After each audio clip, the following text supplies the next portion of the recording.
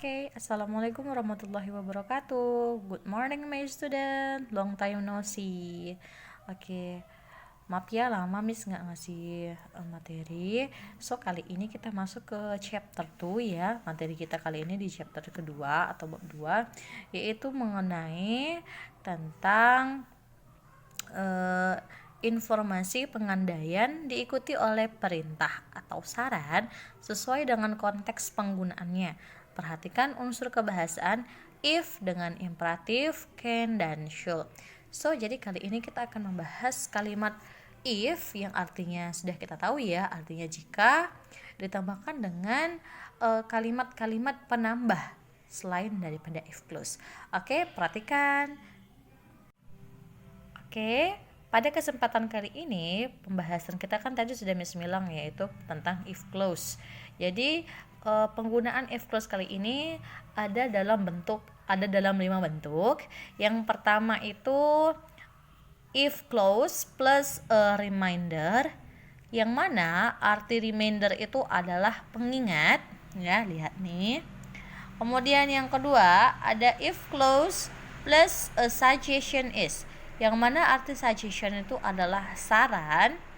Kemudian yang ketiga, an example of if clause plus a general truth, yang mana arti general truth adalah kebenaran umum.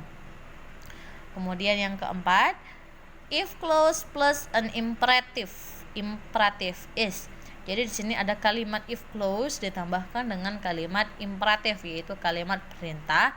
Kemudian if yang terakhir yaitu if clause plus to show a dream, yang mana ada kalimat if clause ditambahkan dengan kalimat suatu impian ya, ataupun angan-angan. Oke, kita masuk ke contohnya. Oke, di dialog pertama disitu jelas kata si ayah, ujian sudah semakin dekat. Ini waktunya untuk kembali belajar. Oke ayah, jika kamu ingin lulus ujian, kamu harus belajar lebih keras. Terima kasih ayah. So, di sini kita ingin menganalisa yang mana merupakan kalimat if clause-nya dan yang mana merupakan reminder-nya, kalimat pengingatnya. Oke, jadi kalau kalimat if clause itu otomatis di depannya ada kalimat if di depannya. Lihat, dari percakapan ini kita sudah menemukan di sini ada kalimat if. Berarti dari kalimat if you want to pass the exam itu adalah kalimat if clause-nya, kalimat jikanya. Kemudian yang sebagai pengingat berarti yang mana? Yaitu you have to study harder. Jadi jelas, if you want to pass the exam, jika kamu ingin lulus ujian, kamu harus belajar keras. Jadi ada kalimat jikanya, kemudian sebagai pengingat jelas di situ katanya jika kamu ingin lulus ujian maka belajarlah lebih keras. Oke, perhatikan sekarang video kedua. Dialog kedua yaitu tentang suggestion. If clause ditambahkan suggestion, yaitu kalimat if ditambahkan dengan kalimat suggestion yang artinya adalah saran. Oke, perhatikan dialognya. The conversation between Della and Amy. Where can I get inexpensive good quality shoes? If you want a good price, why don't you go to the factory outlet? Oke, jadi kata si Della, di mana saya mendapatkan harga yang murah tetapi kualitas yang bagus untuk sepatu. Jadi kemudian kata temannya si Amy, jika kamu ingin harga yang murah, mengapa kamu tidak langsung pergi ke pabriknya? Jadi di sini kalimat if clause-nya adalah jadi if you want a good price. Kemudian tambahkan suggestion yaitu why don't you go to the factory outlet? Jadi jelas ya, sarannya itu adalah mengapa kamu tidak langsung pergi saja ke pabriknya. Oke, sampai sini paham? Oke, kalau belum nanti silahkan di komen. Oke, kita lanjut ke dialog 3, yaitu ada percakapan antara Mr. Lukman dan Nyoman. Jadi di sini kita akan memasuki kalimat if clause plus kalimat imperatif ya. Jadi kalimat if clause ditambahkan dengan kalimat imperatif. Kalimat imperatif jangan lupa artinya adalah perintah. Oke, lihat percakapannya. Kata si Mr. Lukman, if you want to be the chair of OSIS, over a good program to improve the school environment. Sure, I will. Lihat percakapannya. Jadi sudah jelas ya, kalimat if clause-nya di sini yang ada if-nya. Apa itu? Jika kamu ingin menjadi ketua OSIS, tawarkan program yang bagus untuk meningkatkan lingkungan sekolah. Jadi di sini ada kalimat perintah. Perintahnya ngapain? Yaitu kalau kau mau jadi ketua OSIS, ya tawarkan dong program-program yang baik. Jadi secara nggak langsung ada kalimat if yang mengarah kepada perintah untuk mengerjakan sesuatu. Oke, kemudian yang keempat, lihat dialog 4, yaitu if clause plus general truth, yaitu kebenaran umum.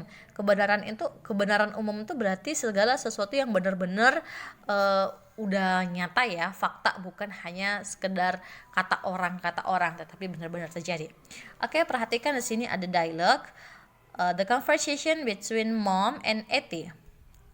If you don't put some cherries on it, your cake will look pale and dull. Yes, you are right. A cherry or two will help with the appearance. Jadi kata si ibu, jika kamu tidak meletakkan beberapa cherry di atasnya, kuemu akan terlihat pucat dan kusam. Jadi di sini kemudian kata si Etty, iya tentu saja saya sebuah cherry atau dua akan menolong penampilannya. Jadi di sini kalimat if clause-nya sudah jelas di sini. If sampai on it, kemudian adalah general truth-nya adalah your cake will look pale and dull. Jadi itu merupakan kebenaran umum ya. Jika ada sebuah kue tanpa sebuah hiasan, maka tidak akan menarik terlihatnya. Jadi itu merupakan sebuah kebenaran yang umum. Kemudian yang terakhir ada dialog 5, yaitu if clause plus show a dream. Jadi show a dream itu menunjukkan sebuah impian ataupun angan-angan. Perhatikan contoh percakapannya. Joko and Edwin. Joko, if I am elected president, I will waive tax for poor people. I wish you all the best. Jadi kata si Joko, jika saya terpilih menjadi seorang presiden, saya akan menggratiskan pajak untuk orang-orang miskin. Kemudian jawabannya, saya akan berdoa yang terbaik untukmu. Oke, jadi kalimat if clause sudah jelas ya. Di sini ada kalimat if sampai presiden adalah if clause-nya. Kemudian dari I will waive taxes for poor people adalah impiannya. Jadi sehabis dia menjelaskan jikanya, pengandaian dia menunjukkan sebuah impiannya, yaitu jika nanti dia jadi seorang terpilih menjadi seorang presiden, dia akan menggratiskan pajak. Kapan pajaknya gratis? Ya tunggu dia jadi presiden. Sampai di sini paham pelajaran kita?